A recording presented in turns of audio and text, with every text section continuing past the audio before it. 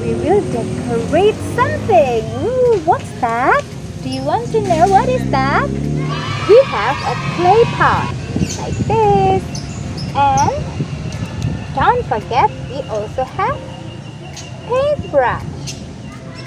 We have primary colors. Those are blue,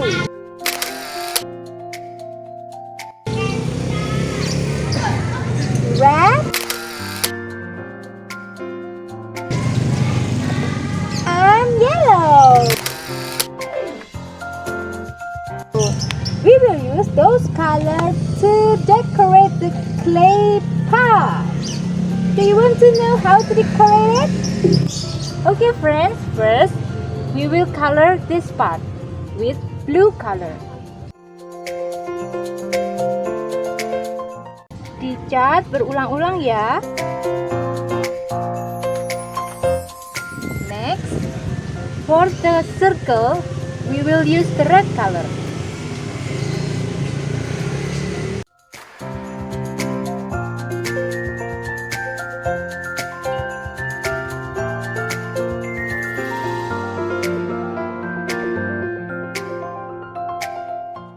And the last part, we will use the yellow for this part, okay?